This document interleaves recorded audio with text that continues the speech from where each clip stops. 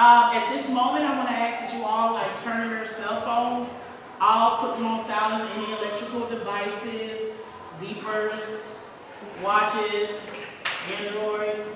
Those of you like that.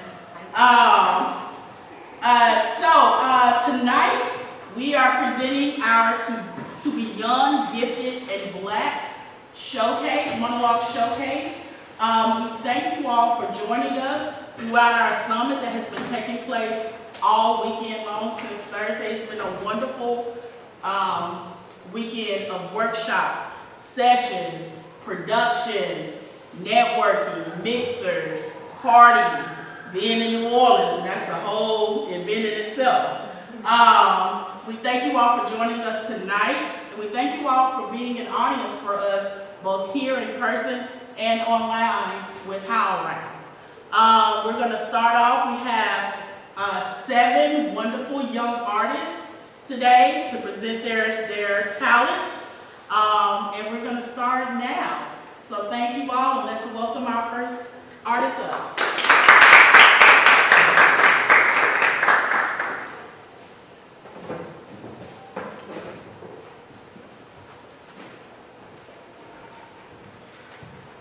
Hello, my name is Jason Ross, and I'm from Bossier City, Louisiana.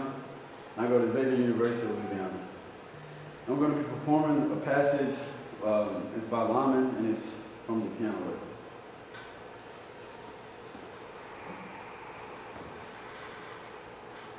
See, I like my woman to be with me in a nice and easy way. See, that way we can both enjoy ourselves. See, the way I see it, we're the only two people like us in the world. And we gotta learn how to fit together.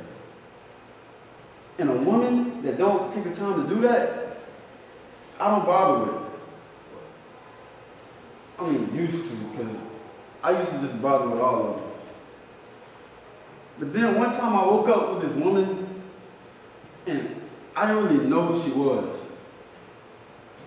I mean, she was the prettiest woman I had ever seen in my life.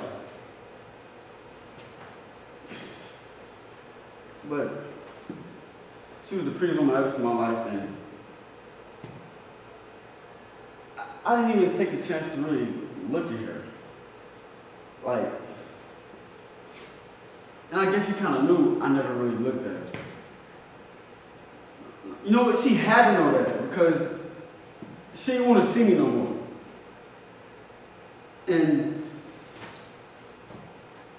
she didn't want to see me no more.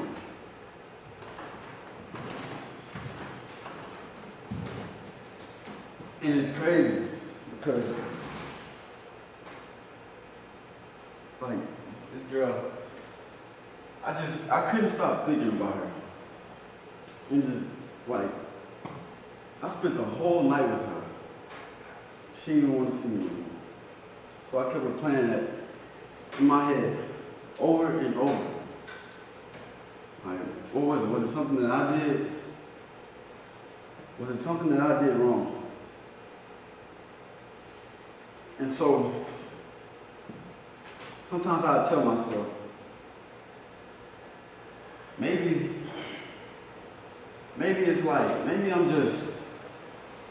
I'm too square, maybe I'm too green. Maybe I don't listen to all the hip hop that everybody else listens to and get with it. But the thing is, I remember Johnny from back home. You know, we grew up together. And, you know, I used to call him Johnny the Pimp. And every time he see me, we'll hang out, and he always have to check me, put me in check. And I was like, Johnny the Pimp. And then he'll come in and be like, oh man, Johnny the Pimp. Watch out, man. And it's Pastor Johnny, Pastor. But, that's kind of funny about him, because, he wanted to be known as Pastor Johnny. That's kind of funny about him, becoming a preacher. And I like when he told me about how it just came to him in a dream. Like with the sheep people and the hobos with the magic clear the water staffs and all that, but, you know, don't let that ever just come to me in a dream like that. But it's probably just because I just dream about women. Maybe it's just because I just can't seem to find the right one. Maybe I just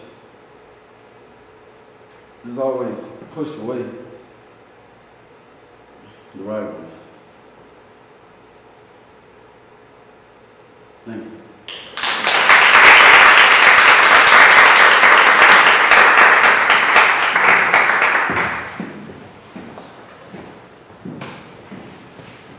Good afternoon. My name is Michael Joseph Walker. I'm from Jackson State University, and I'll be doing a monologue as Levy from My Rain's Black Bottom, followed by a trail of Iago from Othello.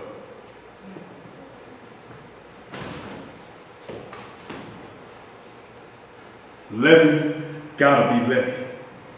And he don't need nobody to mess with him about the white man because you don't know me, you don't know Levy. You don't know what kind of blood I got, what kind of heart I got beating him. I was 8 years old when I watched a gang of white men come into my daddy's house. Have to do with my mom any way they wanted.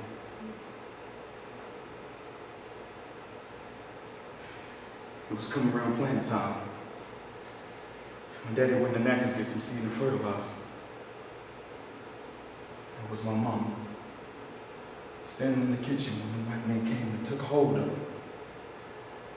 Almost how you take hold of him, you. Do what you want. She tried to fight him off, but I could see where it wasn't going to do her no good. I didn't know what they was doing to her, but I figured whatever they was doing to her, they might as well do to me too. My daddy kept a knife around for hunting, working and whatnot. I knew where he kept it, so I went and got it. I'm going to show you how spooked up I was by the white man. I tried my damnedest to cut one of their throats. And what's he then that says I play the villain? When this advice is free, I give an honest scroll to thinking, and indeed the course to win the morgan. For 'tis most easy to inclining Desdemona to subduing an honest suit. She's framed as fruitful as the free elements, and then for her to win the more, were to renounce his baptism, all seals and symbols of redeemed sin. His soul is so unfettered to her love that she may make, unmake, do as she lists, all while her appetite shall play the god of his weak function. How am I then the villain to counsel Cassio on this parallel course directly to his good? Divinity of hell. Thank you.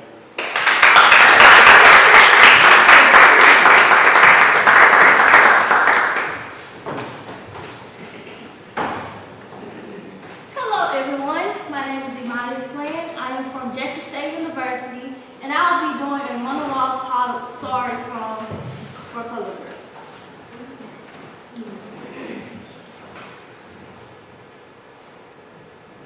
One thing I don't need is any more apologies.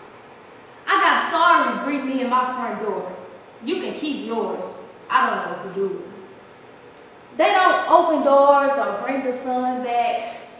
They don't make me happy or get a morning paper.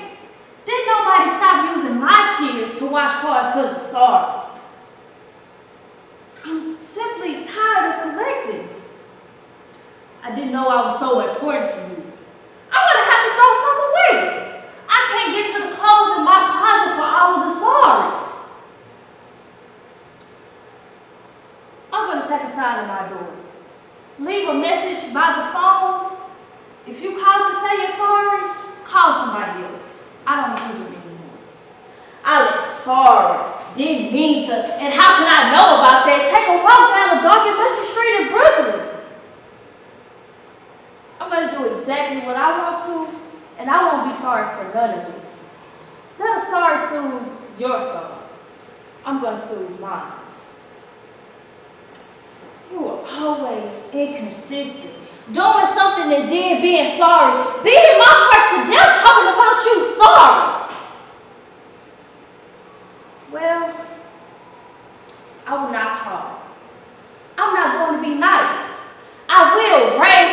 voice and scream and holler and break things and race the engine and tell you about all your secrets to your face.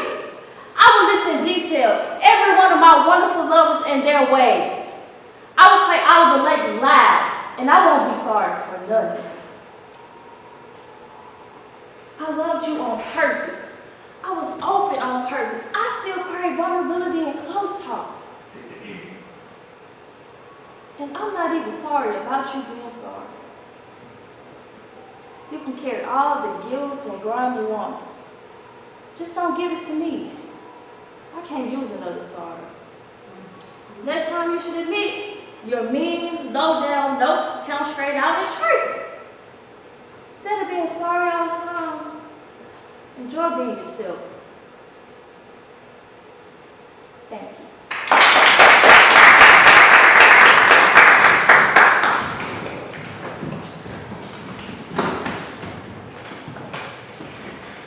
Hello, my name is Lamar White Jr. I attend Jackson State University, and I will be doing A Soldier with a Secret from the Coloring Museum.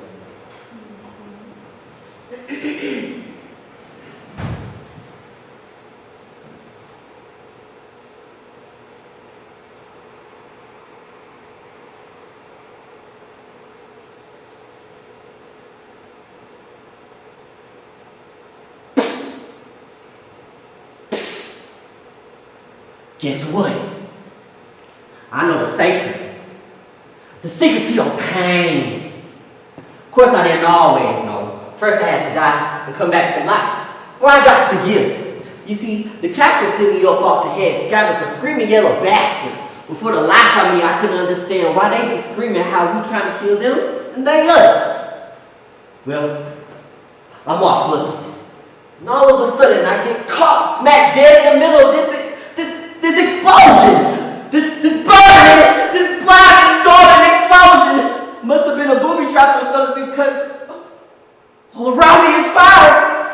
Hell, I'm on fire like a piece of chicken dropped in a skillet full of crackling grease and my flesh is peeling and I'm peeling off my bones! But then I said to myself, Junior, if your flesh is on fire, how come you don't feel no pain? And I did. I swear, as I'm standing here, I feel nothing. Then I realized and put two and two together. I didn't feel a whole lot of hurting because I done died. Well, I just picked myself up and walked right out of the explosion. Hell, once you're dead, why keep dying, you know? So, like I say, I walk out of that explosion fully expecting to see Jesus, white clouds, my mama.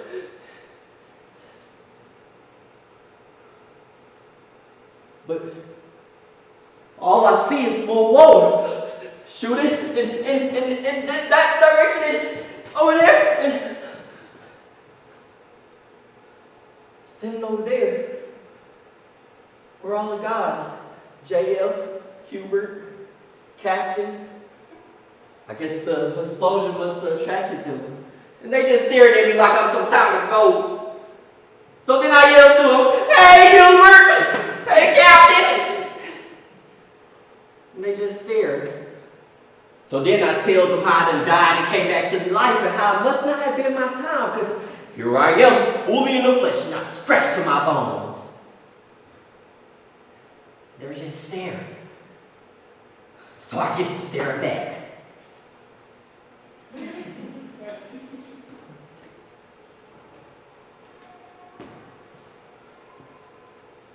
Only what I saw. Well, I can't exactly describe it to this day, but I swear as sure as they were standing there wearing green and holding guns, each one of them had a piece of their future on their face. Yeah. All that hurting that was going to get done to them and they to folks was there, clear as day. I saw how once JF got back to Chicago, he was going to get shot dead by the police. And Hubert, he was gonna start beating on his old lady, which I couldn't understand because all he could do was go on and on and on about how much he loved her. Each one of them had pain in their future and blood on their path. And God or the devil, one of them spoke to me and said, Junie, these colored boys ain't gonna be the same after this war. They ain't gonna have no kind of happiness.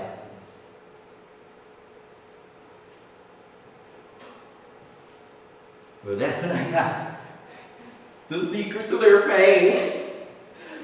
Late that night after the medics checked me over and found me fit for fighting, I sneaked over to where Hubert was sleeping and with a needle I stole from the medics, I shot a little air in his veins. All that hurt to come just left his face. 2 weeks later, I got Jimmy Joe, Woodrow. I even waited all night by the latrine because I knew Captain would make a late night visit.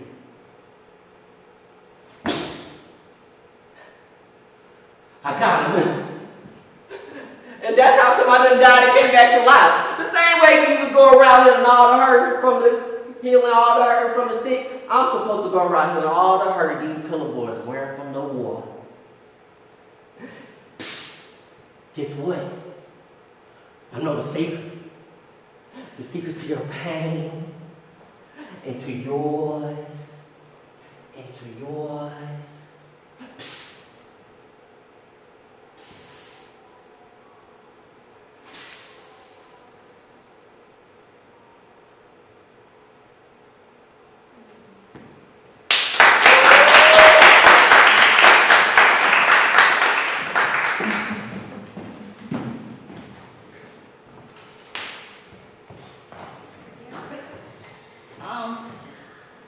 Hi, my name is Jai Watson, and I am from New Orleans, Louisiana, and I'll be performing a monologue from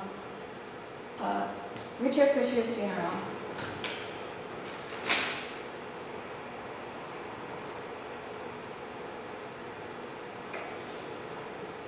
You don't get it. I've been afraid of my father all my life. I spent every waking moment trying to keep him from exploding. Trying to do everything just right and not just believing, but knowing that one day he will kill me. That he'll kill us all. My first memory was the day my brother spilled a can of paint down the stairs. My parents were painting the house. Ricky thought he was helping, but it was too heavy for him, and paint just went flying everywhere. I held my breath. I don't know why. I thought it would help. My father put his fist through the wall. I screamed. Ricky and I started crying, and the whole time he kept on yelling at us to stop crying. I couldn't. I thought he'd kill us both. And my mother couldn't stop him. I was just 4 years old. Ricky was just 2. And I've been living in that hole in the wall ever since. So I can't forgive him. I won't pretend. So go read Footprints in the Sand if that'll make you feel all warm and fuzzy inside. Today my father is going in the ground. Except I don't remember having a father. A father couldn't do that to his kids.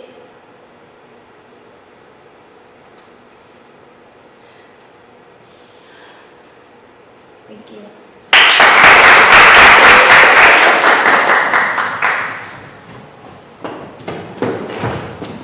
Hi everyone, my name is Jalen Darby, and I will be doing a piece from Intimate Apparel. I'll be playing Esther, and I attend Loyola University, New Orleans.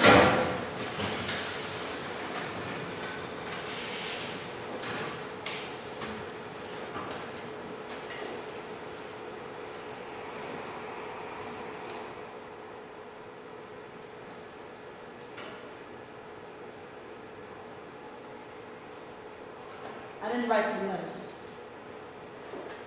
I said I didn't write them letters. All this time I was afraid you'd find me out. This good, noble man from Panama. I have all of your letters here.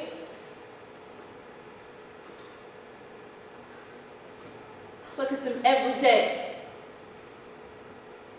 I have one that looks as though it's weeping because the words, they fade away into nothing.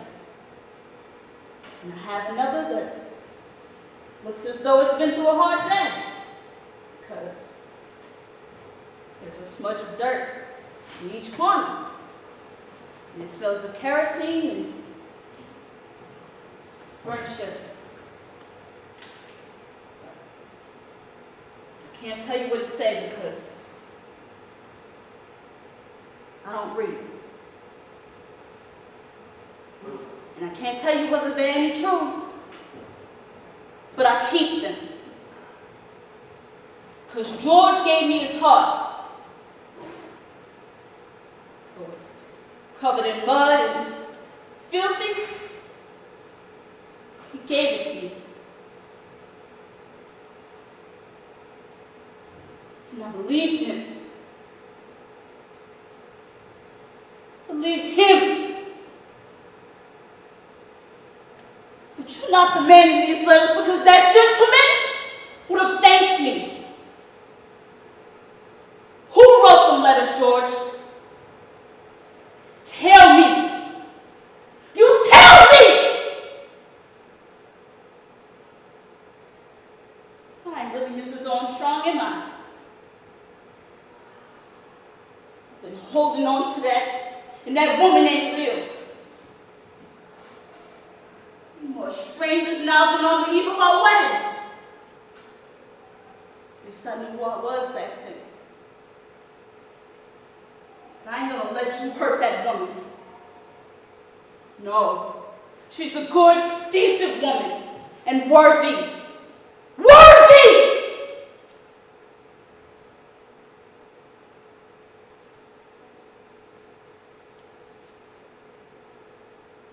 Thank you.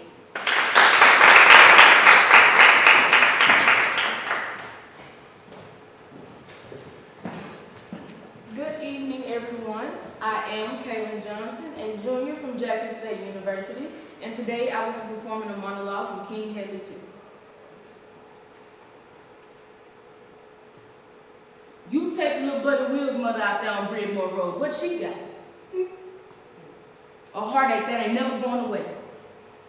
She's sitting down right now because she can't stand up. She's sitting down trying to figure out life, trying to figure out what happened. 1 minute the house is full of life and the next is full of death. She's waiting on them to come home and they bring her a corpse, saying, come on down and make the identification. Is that your son? You got a tag on his toe, say John Doe. You got to put a number to it, John Doe number 4. She got dinner on the table waiting for Junior. Say, Junior likes fried chicken. She got some of that. Saying, Junior likes string beans. She got some of that. But what she don't know is that Junior ain't eating no more. She got a pile of clothes she washing up for Junior, but Junior don't need no more clothes. She got to buy him a suit. She don't even know what size suit he wears, so she got to guess his size. And somebody got to tell him, Miss So-and-so, your boy got shot. But she already knew that. She knew it before they even said it. She started shaking her head. She getting weak in the knees. She didn't want to hear none of it. Somebody called the police. They got to come pick him up off the sidewalk. It's a dead nigga on Breadmore Road. They got to quit playing cards to come pick him up. They don't even take pictures of the body anymore. They gotta pull them out of the freezer and she gotta look at them. She don't wanna look, but they make her look. So what is that to do now? Call the undertaker. He got so much business going on, he don't know what to do. He losing sleep. He can't tell you nothing about these people, only the problem they had with him. Said this one right here so big and fat that if he fall off the table, it's gonna take 6 men to pick him up. This one ain't got no cheek. That one eyes won't stay closed. That one the family can't pay for. That one the corner wanna see that one again. I ain't going through all that, okay? I'm not having this baby. And I ain't gotta explain that to nobody. Thank you.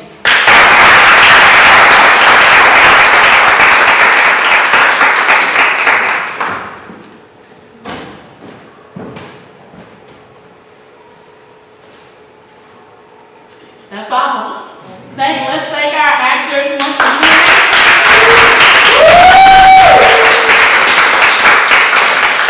They did an amazing job.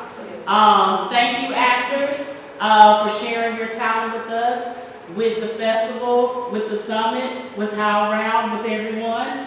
And thank you all for being a wonderful audience. And we'll see you all next time. Thank you.